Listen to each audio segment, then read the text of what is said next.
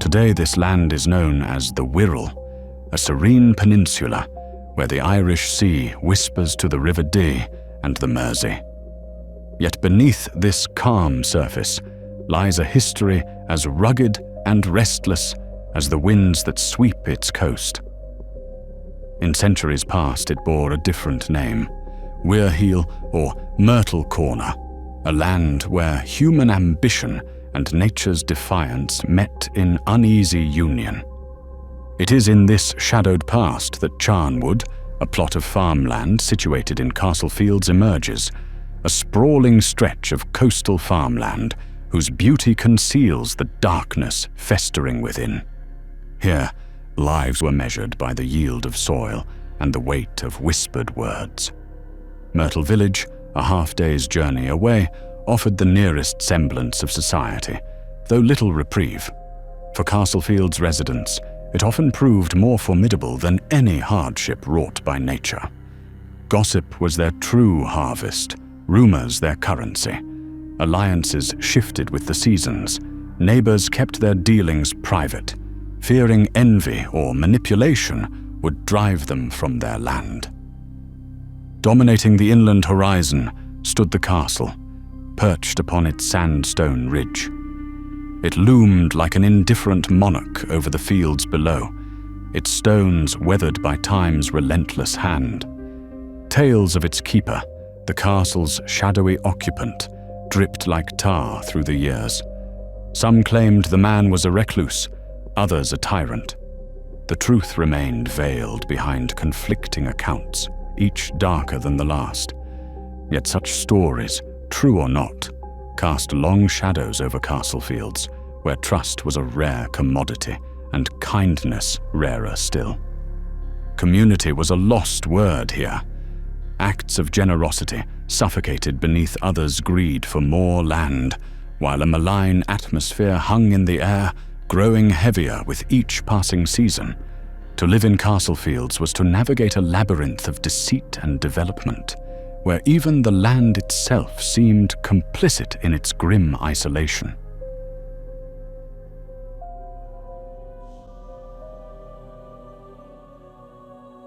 Nestled in a gentle hollow where the land kissed the horizon, Charnwood was a sanctuary, defying the harshness of its surroundings. The farmhouse, though modest, exuded a charm born from years of love and care. Its weathered stone walls, smoothed by rain and wind, seemed to hum with echoes of laughter that once filled its rooms. Ivy crept up the sides, weaving a green tapestry around crooked windows, while smoke curled lazily from the chimney, carrying the comforting scent of burning wood into the crisp air. The farmhouse stood at Charnwood's heart, flanked by a sturdy barn with a sagging roof that had weathered countless storms, and a chicken coop where hens clucked contentedly. Beyond these, a scattering of outbuildings huddled close, each serving a purpose honed by necessity. A narrow dirt path, worn smooth by generations of footsteps, threaded its way through the property. The land stretched generously around the home, though far from forgiving. Sandy soil stubbornly resisted cultivation, and during heavy rains, the fields often drowned under rising floodwaters. Yet Jean, the soul of Charnwood, had found ways to adapt. Small vegetable plots flourished under her care, yielding enough to sustain her modest needs. A rambunctious orchard sprawled in the distance, its gnarled trees bearing fruit that was never plentiful but always sweet. Wildflowers bloomed in pockets of untamed land, testaments to nature's resilience. Inside the farmhouse, Charnwood's warmth truly came alive. The kitchen, with wooden beams and a well-worn table, formed the beating heart of the home. Pots and pans hung from walls, their surfaces polished by years of use.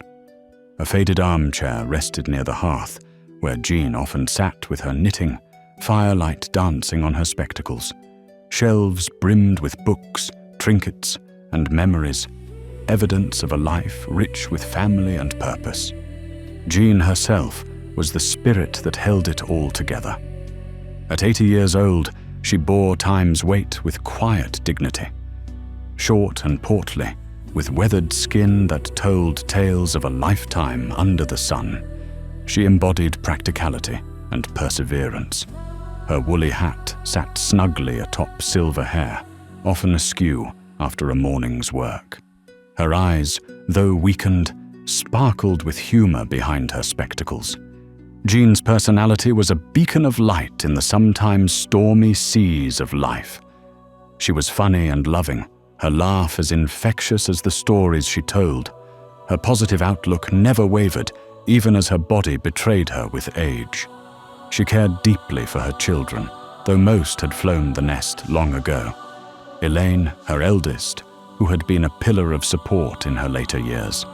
Petrus, elusive and distant, rarely ever seen. Jane, bubbly and full of life, who visited a few times each year, and Juby, who came when she could, her warmth always appreciated. Neil, her youngest, remained nearby, a comfort she cherished, and the one who truly understood her mind and heart. Life at Charnwood had not been without hardships. The loss of her husband, William, or Billy, as the tavern men fondly called him, had been a heavy blow. He had been her partner in every sense, and his absence left a void no amount of resilience could fill. Still, Jean pressed on, running the farm with determination that belied her years. But even the strongest will could not withstand age's creeping infirmities.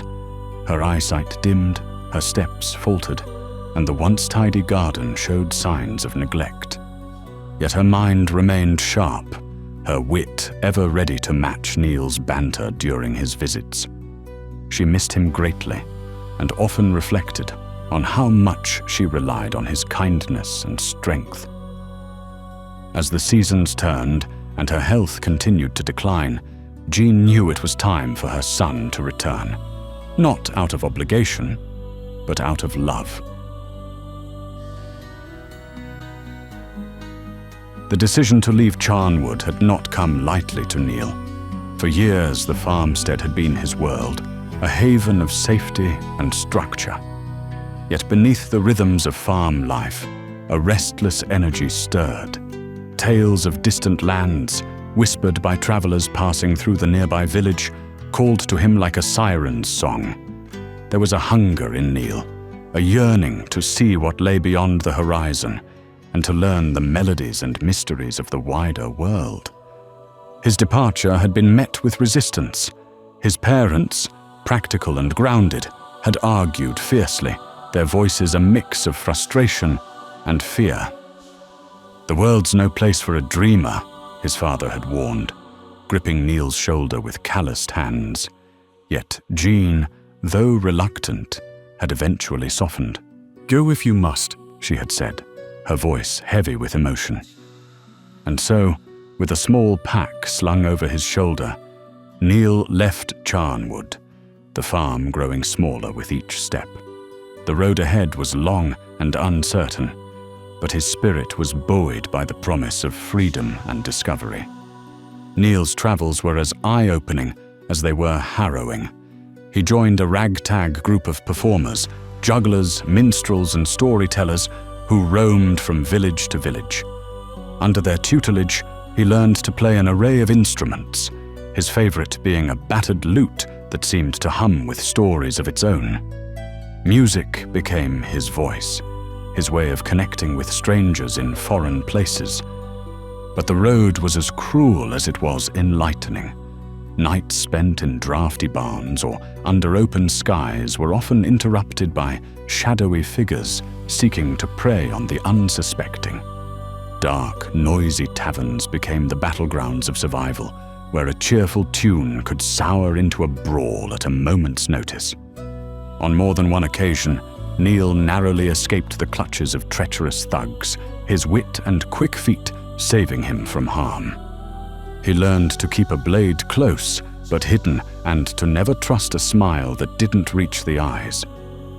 His encounters with the unknown were equally transformative.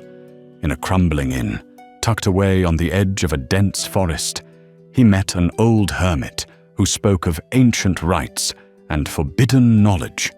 The man's eyes burned with a feverish intensity as he described the unseen forces that shaped the world. Neil, ever curious, listened intently, though the stories left a chill in his bones. These experiences fed his inquisitive mind, planting seeds of fascination with the unexplainable. Years on the road tempered Neil's youthful naivety, shaping him into a man both cautious and curious. He returned to the region wiser, his heart carrying not just music, but the weight of the world's shadows. Settling in a nearby village, he found joy in sharing his love of music with his son, Zach. Yet there was always a part of him that remained restless, watching the stars, wondering at the mysteries he had glimpsed and the ones yet to be uncovered. The letter arrived on a breezy autumn afternoon, its edges creased and worn from its journey. Neil recognized the handwriting immediately, his mother's careful script, though a little shakier than he remembered.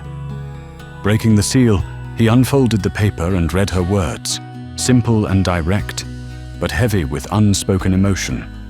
Jean's health had worsened, and the chores she once managed with ease now weighed heavily on her. She hadn't asked for much, only that he consider coming home to Charnwood, even if just for a time. For Neil, the decision was immediate, but not easy. He had built a modest life in the village, where his son Zach was growing into a young man with his father's knack for music. Leaving Zach behind stirred an ache in his heart. He had been his steadfast companion through the years. Sitting with Zach that evening, Neil explained the situation. "Your gran needs me now," he said, his voice steady but tinged with sadness. "But I'll never be far. I promise, Zach. I'll visit as often as I can. And maybe one day you'll come to Charnwood too. I think you'd love it there." Zach nodded, his youthful face a mix of understanding and reluctance. He handed Neil the old lute they had shared, a silent gesture of encouragement and connection. The journey back to Charnwood was both familiar and strange. The potholed road, the scent of the sea carried on the wind, these things hadn't changed. But as the farmhouse came into view, Neil felt a surge of memories he hadn't anticipated. The place, so deeply tied to his childhood, now stood as a symbol of both duty and love. Jean greeted him at the door, her face lighting up with a smile that could warm the coldest day. "Neil, my boy," she exclaimed happily, wrapping him in a firm embrace that belied her frailty. It was a welcome like no other, a reminder that here, at Charnwood, he would always be home. Over a cup of tea and shared laughter, they discussed the arrangements. Jean insisted that Neil take one of the outbuildings in the back as his own, a sturdy structure with a view of the orchard. "You'll need your space," she said matter-of-factly, "and that shed stood through more storms than I can count." The building, though modest, had a certain charm. Neil imagined it as a retreat where he could work on his music, rest, and think in solitude, while still being close enough to tend to his mother's needs. As the evening wore on, plans took shape. Neil would take over the heavier farm chores, help restore the land, and ensure Jean's comfort during her twilight years.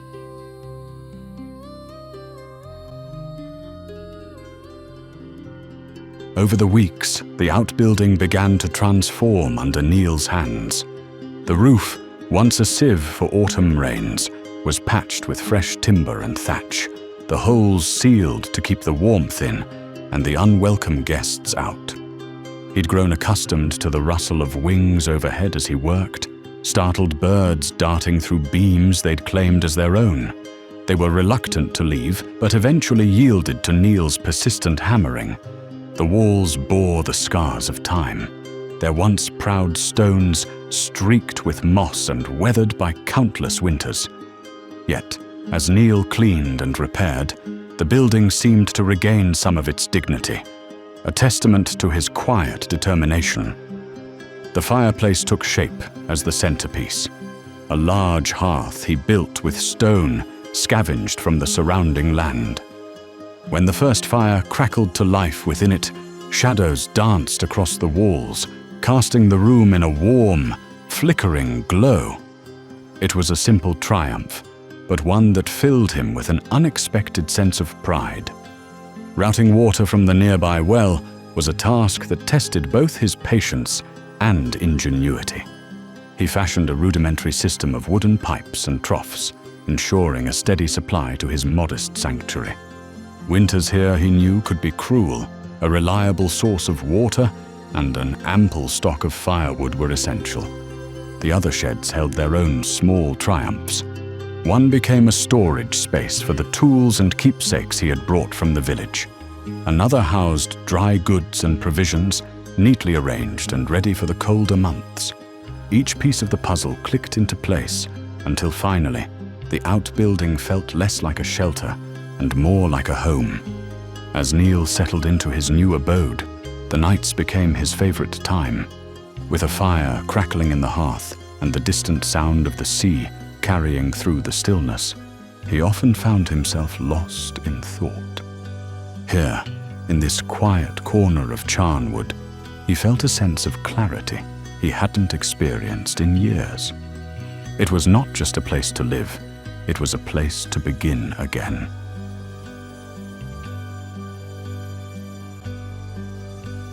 The land bore the weight of years untended, a tangle of wild brambles and weeds that had claimed their kingdom. Neil stood at the edge of the fields, taking in the sight of Charnwood's overgrown expanse.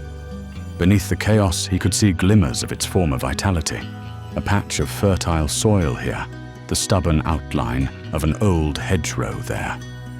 It would take time, but he welcomed the challenge.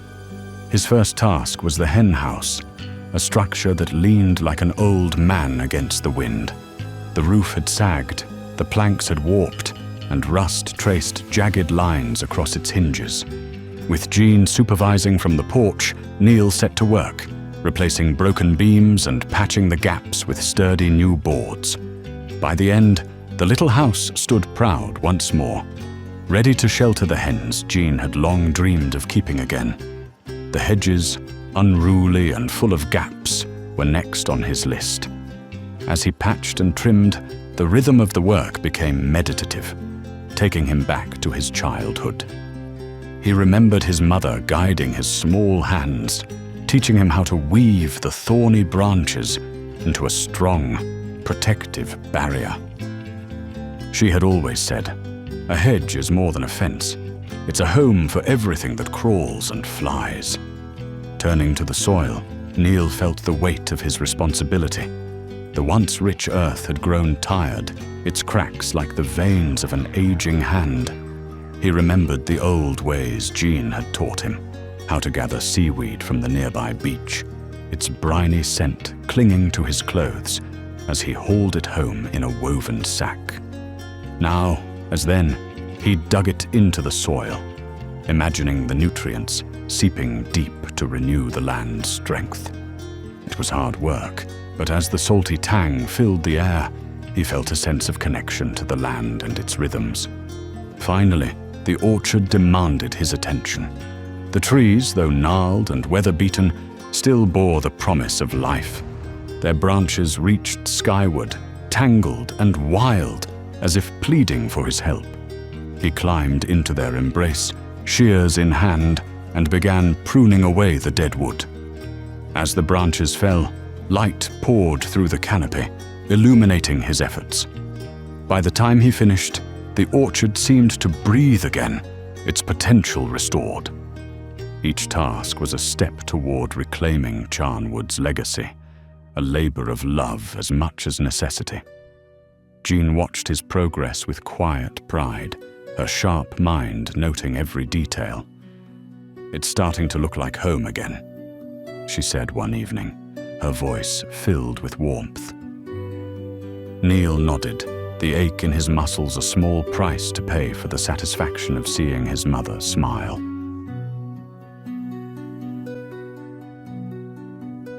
the days grew longer, the sun kinder, and with it, Jean seemed to blossom. The warmth in the air lent her a vigor that made her cheeks rosy and her smile brighter.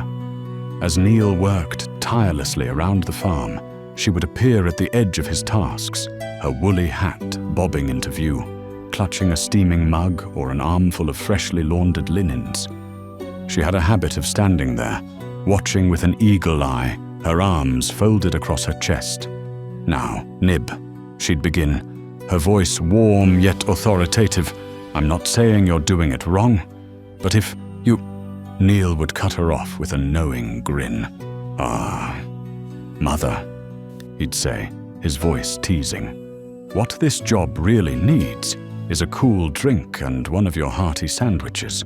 Now you wouldn't want me to keel over from hunger, would you?" She'd narrow her eyes at him in mock indignation, but the corners of her mouth would twitch with amusement. Eventually, with a huff of feigned exasperation, she'd trundle back to the farmhouse, her laughter floating back on the breeze. "Just you wait, Neil," she'd call over her shoulder. "One of these days, I'll do the fixing, and you can make the sandwiches." The farm was rarely silent. Jean's familiar cry of "Neil!" echoed through the orchard, piercing and distinct, cutting through the chatter of sparrows and rustle of leaves. Wherever he was, Neil would respond in kind, his voice just as loud, carrying a humor that mirrored hers. He'd shout back, though the affection in his tone softened the words.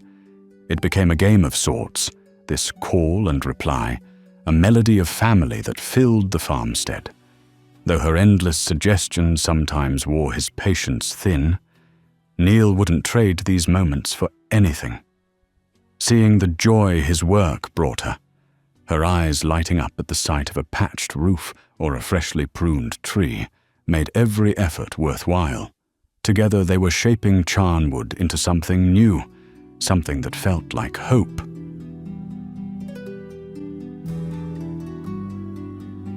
Jean was frustrated with her inability to dive into the work, sometimes pushing herself too far, and later regretting it. She soon learnt that she was too frail and was happy to let Neil do it. Sometimes, Neil would lose his patience with her when she ignored his pleas to leave things. Neil would highlight that a nice cup of tea was most important, and Jean was more than happy to oblige. As long as she was doing something to help, she was happy. Jean's hands itched to work. The farm had been her pride for decades, and sitting on the sidelines felt like a betrayal of everything she had once been capable of. Her frustration often bubbled to the surface, pushing her to attempt tasks she no longer had the strength to complete. She would grip her cane with stubborn resolve, trying to lift, carry, or mend as if sheer willpower could compensate for frailty. But by evening, the ache in her joints and the weariness in her bones would set in, a quiet reminder that time had changed her body in ways she couldn't ignore. "You can't keep this up, Mum," Neil would say, his voice gentle but firm, though the lines of his brow betrayed his concern. "You're no good to either of us if you wear yourself out." Jean would sigh and mutter under her breath, though she knew he was right. Reluctantly, she began to accept that her role had shifted.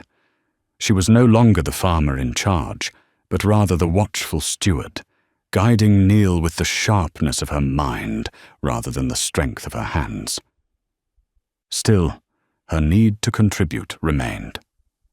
One morning, as Neil found her attempting to drag a basket of tools across the yard, he threw up his hands in mock despair. "Mother, for God's sake, put that down," he bellowed, striding over. "A cup of tea. That's the most important job around here. Who else is going to keep me hydrated enough to survive your constant supervision?" At that, Jean let out a laugh, her frustration melting in the warmth of his jest. "All right, Nib," she said with a twinkle in her eye, "but don't you dare burn my supper later." She turned and trundled back to the farmhouse, her pace slow, but her spirit unbowed. They fell into a rhythm, with Jean assuming the role of the farm's morale officer. She brewed endless pots of tea, their earthy aroma wafting through the garden as Neil worked. She brought him sandwiches wrapped in cloth, watching from the porch as he devoured them with exaggerated gratitude. These small acts gave her purpose, a way to stay connected to the life she had built, while respecting the limitations her body now imposed. And every so often, when Jean's voice rang out in its familiar summons, Neil! He would drop whatever he was doing and march toward the house with a smile. Though it often meant enduring one of her many instructions, Neil cherished the sound of her voice, a constant reminder that he wasn't working alone.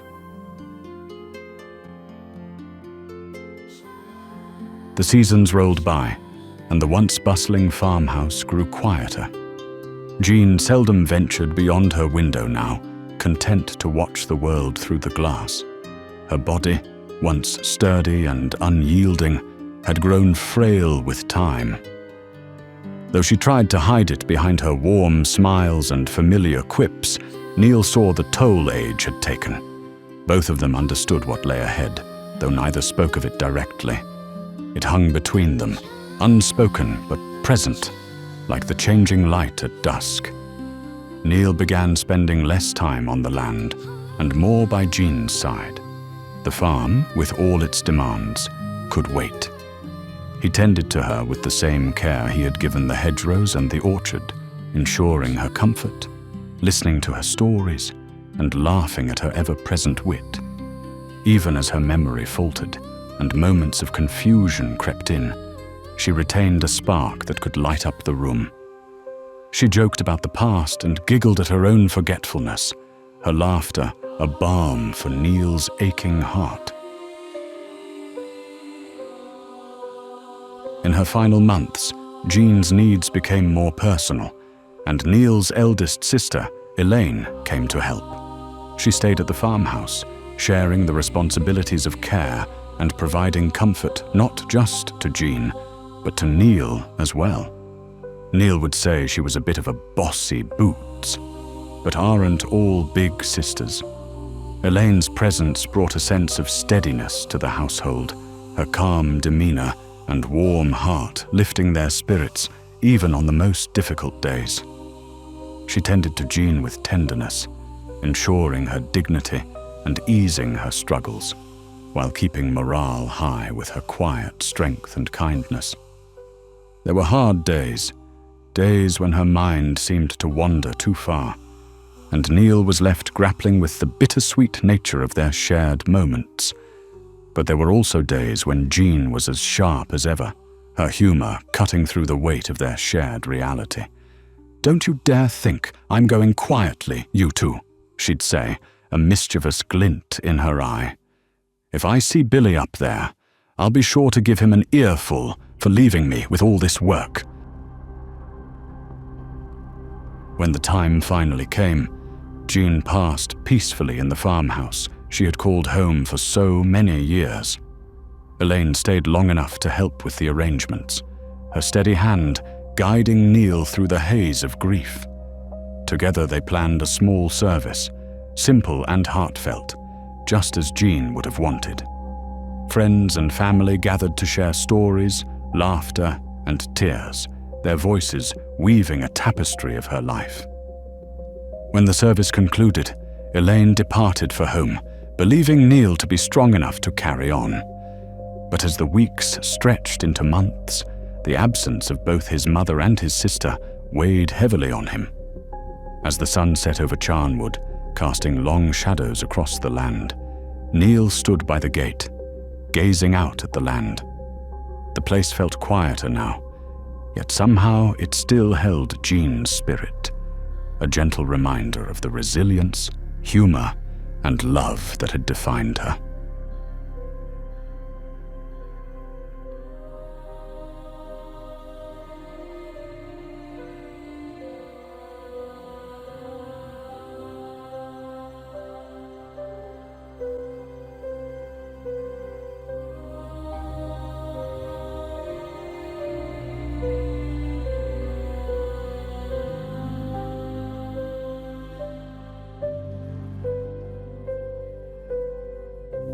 Neil's shadow stretches long and thin in the dim light of his mother's bedroom. He's frozen in the doorway, his fingers clutching the doorframe as though the house itself might collapse without her presence. The faint scent of lavender fills the air, teasing at memories too painful to grasp. The sachet nestled on her pillow feels mocking in its permanence, intacter while she no longer is. His eyes never waver from the bed as the hours crawl by, and when night falls, he still stands there, his thoughts a jumbled fog of disbelief and finality. Days blend into one another as Neil drifts through his routines. His actions feel more like echoes, half-formed movements driven by muscle memory rather than intent. He pauses for minutes at a time in the middle of tasks, staring blankly at a rake or the water pump, unsure if he's coming or going. When the neighbor arrives, he nods along, murmuring words that carry no meaning to him. The well-meaning condolences are swallowed by the quiet, as Neil's flat responses create an uncomfortable void in the visitor's attempt at kindness. It's not that he doesn't care, it's that he feels as though some part of him, perhaps the part capable of feeling, was buried alongside his mother. The morning mist clings to the ground as Neil stalks to the garden, a heavy spade in one hand. His movements are sharp and jerky, his eyes shadowed from sleepless nights and restless pacing. The garden, once his mother's pride and joy, now lies in disarray. Weeds have taken over, creeping vines twisting over the fence posts like unwelcome guests. Neil attacks them without mercy, yanking at roots with such force that dirt flies into his face and mouth. "Damn you! Damn you all!" He spits, his voice rising above the rustling leaves. Each weed he tears loose feels like a piece of his simmering frustration, but the relief is fleeting, leaving him hollow. When the priest arrives, the tension in Neil snaps like a bowstring. He greets the man at the threshold with a glare that could turn milk sour. As the priest speaks of solace and divine plans, Neil interrupts with a growl, "Divine plans? Do your divine plans cure the sick? Do they stop the pain of the dying?" he shouted. His voice crescendos into venomous shouts, accusing the church of impotent words and idle rituals. The priest retreats, clutching his prayer book like a shield, leaving Neil standing at the gate, his breath heaving with fury. He slams it closed, his pulse pounding in his ears. But the echoing silence that follows feels like yet another betrayal. The herb garden is overgrown, with wild mint crowding out the other plants. Neil kneels in the middle of the chaos, his hands trembling as he plucks a few sprigs. The sharp, clean scent stings his nostrils, a bitter contrast to the warmth of the mint tea his mother used to savor. Tears spill down his cheeks as he grips the mint tightly, his knuckles white, the leaves crushed and bruised in his palm. "I should have done more," he whispers, the words barely audible over the rustle of the wind in the grass. He remembers her voice, soft and patient, asking for tea, and how often exhaustion had led him to wave her off, promising to make it later. The weight of broken promises presses on him like a heavy stone. In the dim light of the empty farmhouse, dust motes swirl around Neil as he rifles through boxes of forgotten belongings. His fingers tremble as they unfold a yellowed letter, the familiar handwriting drawing a sharp breath from his chest. His cousin's words leap off the page, an invitation for his mother to spend a comfortable winter with them in the city. His heart sinks as he recalls urging her to stay. The journey, he had insisted, would be too taxing. Her place was here, where she knew the rhythms of the farm. But now, the what-ifs plague him. Would city physicians have caught her illness sooner? Would she still be alive? The questions hang in the air, unanswered and unbearable. The hen house smells of straw and earth, a comforting yet haunting scent that takes Neil back to simpler days. He kneels in the corner, cradling the old speckled hen as though she were a fragile relic of a bygone era. The bird clucks softly, her feathers warm against Neil's weathered hands. He speaks to her in a voice tinged with longing, his words tumbling out in the solitude. "Mum adored you," he murmurs. "She always said you had more sense than the rest of the birds combined." His voice catches, and he presses his forehead to the hen's back, overwhelmed by the ache of absence. The image of his mother bustling in and out of the kitchen, humming while preparing meals, floods his mind. The hen nuzzles closer, as if sensing Neil's despair. The festival lights flicker in the distance, their warm glow and faint echoes of laughter doing little to stir Neil from his seat. He slouches in the corner of his dimly lit shack, the air thick with the smell of sour wine and ale. The bottle trembles slightly in his grasp as he drinks straight from its neck, the bitter liquid burning his throat. He barely feels the sharp edge of the cold seeping through the cracked walls or the silence pressing down on him. Outside, the night grows livelier, but Neil remains rooted, his thoughts circling the same dark orbit. What good is celebration when everything worth celebrating is gone? The rain drums softly against the overgrown canopy of Charnwood, turning the paths into muddy streams. Neil trudges through them aimlessly, his boots squelching with every step, water dripping from his bald head and soaking through his tunic. The chill bites at his skin, yet he welcomes it, feeling it as some form of punishment he cannot articulate. The wind howls, but Neil hears only the voices in his head, the echoes of things left unsaid, actions not taken. He stumbles and lets himself fall, lying in the wet earth as the rain pours over him. "Let it take me," he whispers hoarsely, though he knows the elements are indifferent to his suffering.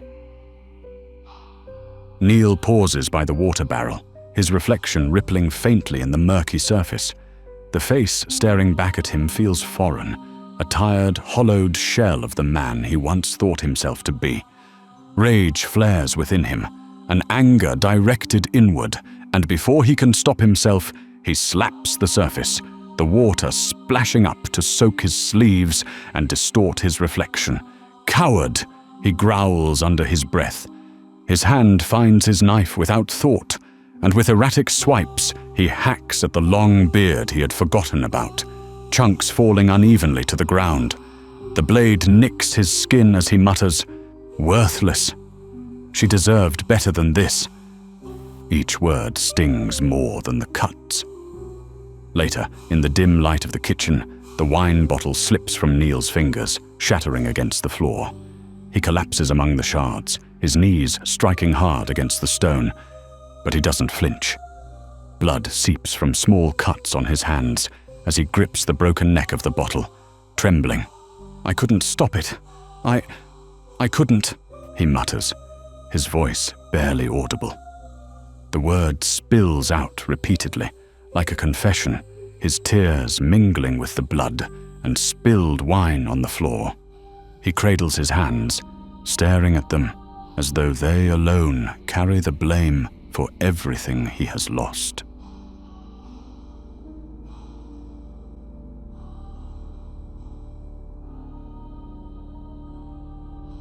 The farmstead reflects Neil's inner turmoil.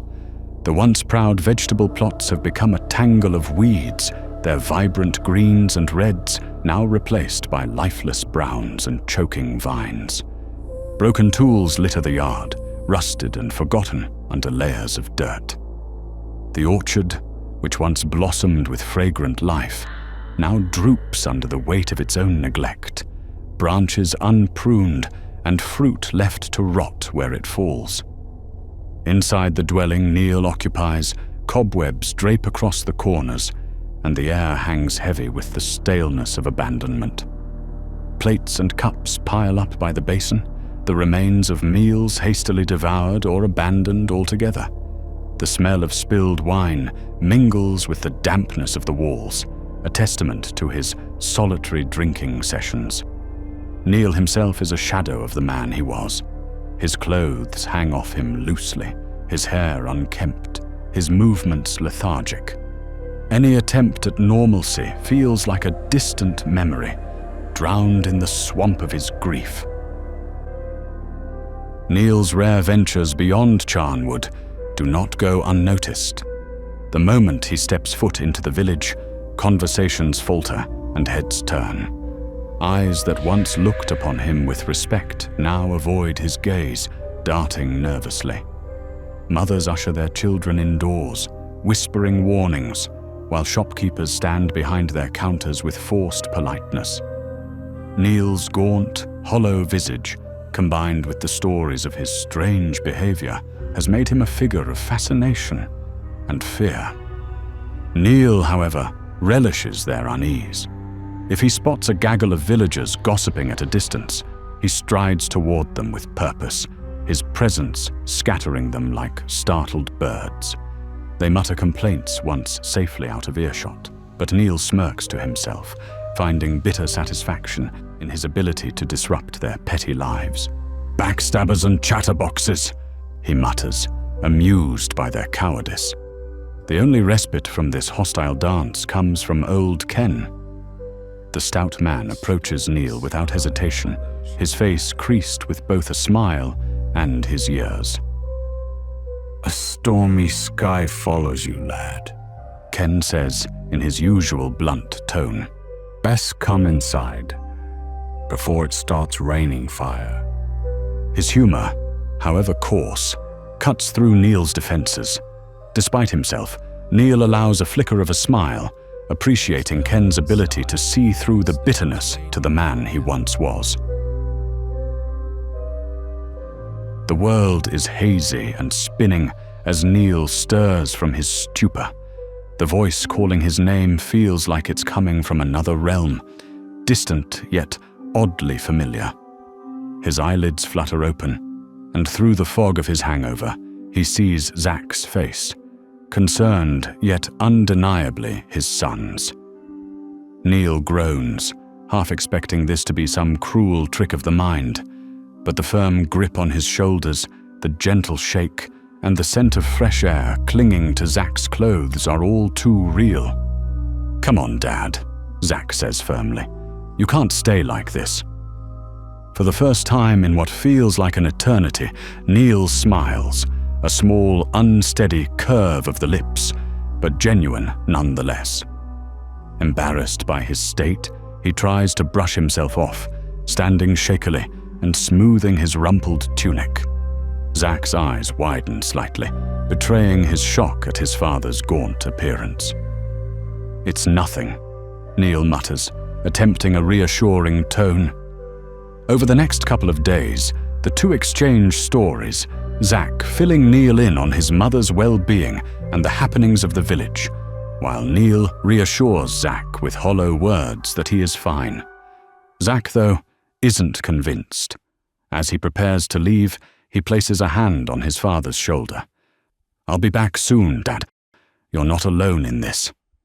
For a fleeting moment, hope sparks within Neil, a fragile thing, but enough to hold on to for now. Zach's departure leaves a deafening silence in his wake, one that Neil is all too familiar with. The fleeting warmth of his son's visit is quickly replaced by a cold, gnawing emptiness. Neil's thoughts turn inward, cruel and relentless. Zach is more of a man than I ever was, he thinks bitterly, the weight of self-loathing settling heavily on his chest. Reaching for a bottle of wine, Neil uncorks it with shaky hands, ignoring the voice in his head that whispers he shouldn't. The liquid burns as it goes down, but the pain feels deserved, punishment for his failures. As the evening stretches on, Neil's drinking grows more desperate. His shirt is stained with spilled liquor, and his breath comes in uneven gasps. He stumbles out into the night, the bottle still clutched tightly in his hand. The path through Charnwood is uneven beneath his feet, the moonlight casting strange shadows across the overgrown vegetation. Neil mutters curses at himself, his voice slurred. Worthless, all of it. All of me, he spits, swaying as he walks. He trips, falling hard onto the damp earth, the bottle rolling out of his grasp. For a moment, he simply lies there, face pressed to the ground, wishing the earth would swallow him whole.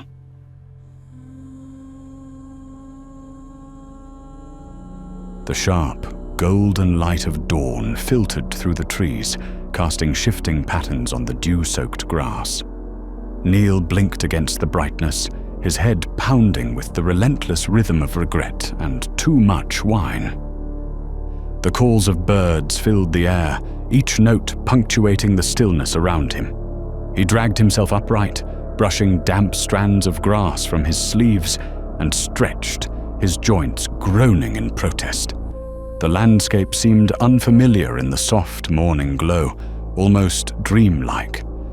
Neil felt like a stranger in his own land, the overgrown paths and dilapidated structures mere echoes of the thriving farmstead they once were. His shack beckoned him from across the field, promising shelter and the comfort of solitude. Yet as he shuffled toward it, something else caught his attention, a faint noise from one of the abandoned outbuildings. Neil stopped in his tracks, narrowing his eyes. At first, he thought it might have been the wind, tugging at loose wooden panels or the rustle of leaves disturbed by small animals. But no, there it was again. Low, guttural, unmistakable. It sounded like a dog. He froze, his body tensing instinctively. The sound seemed out of place, even absurd, amidst the stillness of Charnwood. He hadn't kept a dog in years. His mother had often said they were too much work for a farm already demanding so much.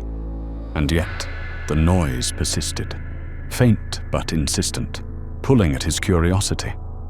Funny, Neil muttered under his breath, a flicker of dry humor breaking through the haze of his hangover. Funny, a dog of all things. His thoughts wavered between annoyance and intrigue as he altered his path, heading toward the source of the sound. The closer he got, the more he felt the fine hairs on his neck prickling. Was it merely an animal drawn to the farm in its decay? Or was this something more? His boots crunched against the gravel as he reached the edge of the outbuilding. Neil pressed himself against the frame of the outbuilding, his breathing shallow as he listened for the noise again. There it was, soft, almost imperceptible. A faint shuffling and the peculiar sound of whimpering. His pulse quickened. Gripping the door handle, he took a steadying breath, then swung it open with a sudden burst of motion. Seated cross-legged on the dirt floor was an old woman, her frail frame wrapped in a patchwork cloak that seemed to blend into the shadows of the space. Beside her, drawing Neil's eye immediately, was a dog, but unlike any dog he had ever seen. The creature was shockingly small, barely larger than a rabbit, with impossibly delicate limbs that seemed almost too spindly to support its tiny body. Its wiry coat, a mix of dull grays and whites, clung to its frame like frost on a winter morning. Its eyes, though bright and intelligent, were disproportionately large, as if observing the world with a curiosity far beyond its size. The dog's presence was magnetic in its peculiarity. It stood motionless for a moment, then let out a sound, a soft, warbling yelp that seemed more bird-like than canine.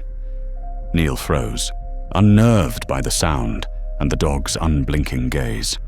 The old woman lifted a hand, brushing at the bundle in her lap, and spoke. Forgive me.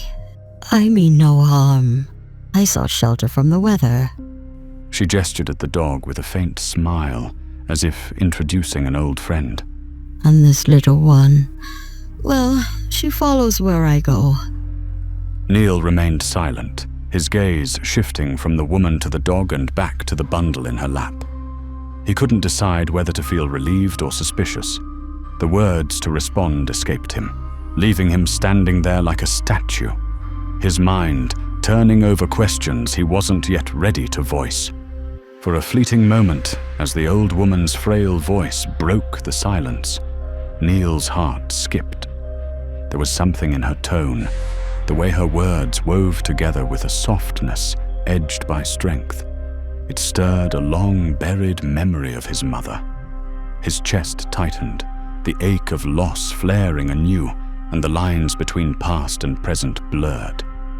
But as the woman spoke again, her words grounding her in the here and now, Neil shook his head lightly, forcing himself back into reality. No, it's all right, Neil said, his voice rougher than he intended. He cleared his throat and stepped aside, gesturing toward the farmstead. Come inside. You shouldn't be out here in the cold. The woman hesitated for a moment, then nodded, gathering the small dog and her bundle with care. The little creature squirmed slightly but made no sound, its oversized eyes watching Neil intently, as if sizing him up.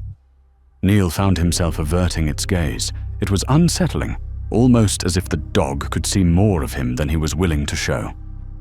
Inside, the air was warmer, but far from welcoming, the faint scent of damp wood and spilled wine lingering. Neil moved to the hearth, where he lit the fire with practiced mechanical motions.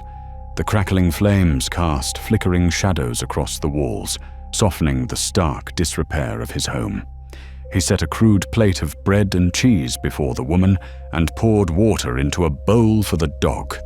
They ate without ceremony, the woman consuming the food with a quiet efficiency that suggested she hadn't had a proper meal in some time.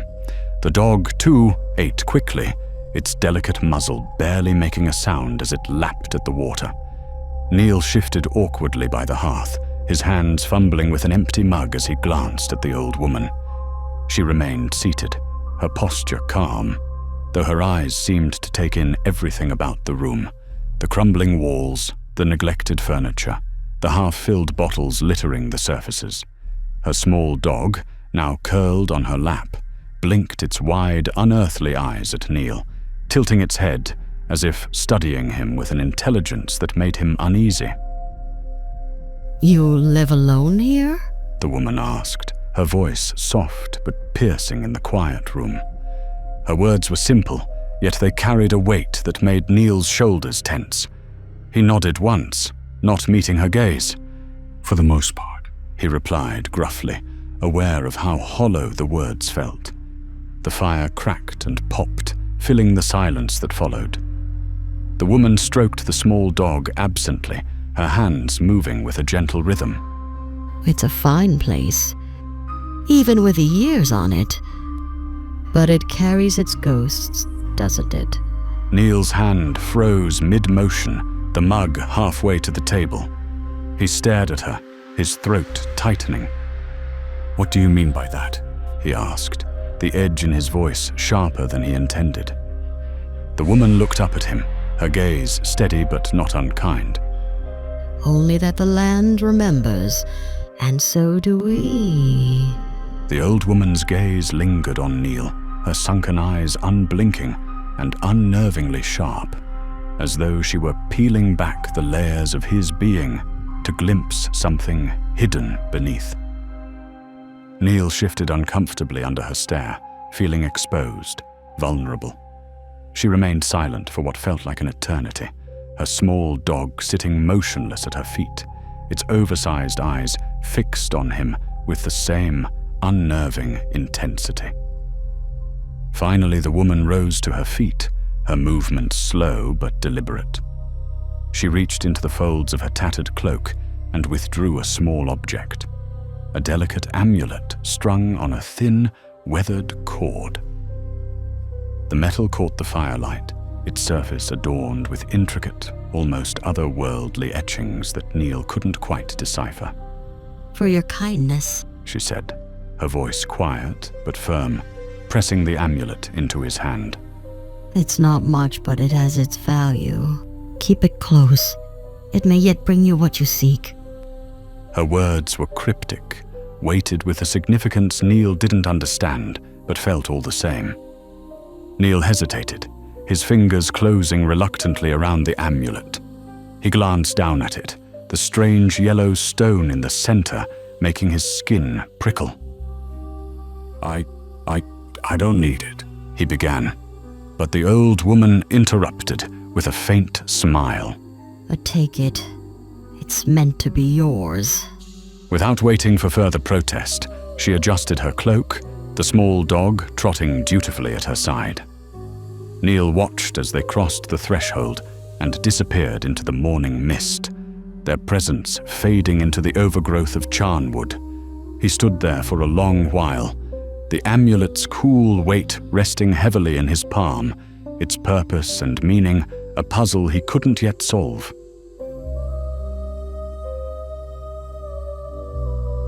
When Neil returned to his shack, the air inside felt heavier, as though the old woman's visit had left an unseen mark. He paused by the hearth, noticing something glinting on the floor where she had sat. Bending down, he retrieved a small sheet of parchment, its edges curled with age. The paper felt oddly warm in his hand, as though it had been touched by something more than the flames. The writing on it, if it could be called that, was a series of strange, looping symbols, utterly foreign to him. He frowned but felt no inclination to decipher it. Without a thought, Neil climbed onto his stool and stashed both the parchment and the amulet on the high shelf where he kept odds and ends, a space he rarely used, yet somehow felt fitting for these peculiar objects.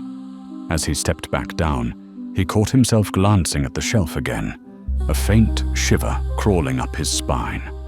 The fire crackled as Neil sank into his chair, exhaustion pulling at him like an anchor. He rubbed his temples, trying to banish the memory of the old woman's gaze. Yet, as sleep claimed him, her face lingered in his mind, mingling and morphing into his mother's features. In his dreams, the old woman's eyes burned like coals, her voice echoing in a language he didn't understand. His mother appeared too, standing behind her, silent but with that same knowing look that had haunted him since the day she passed. Neil shifted restlessly in his chair, his dream pressed down on him, heavy and inescapable.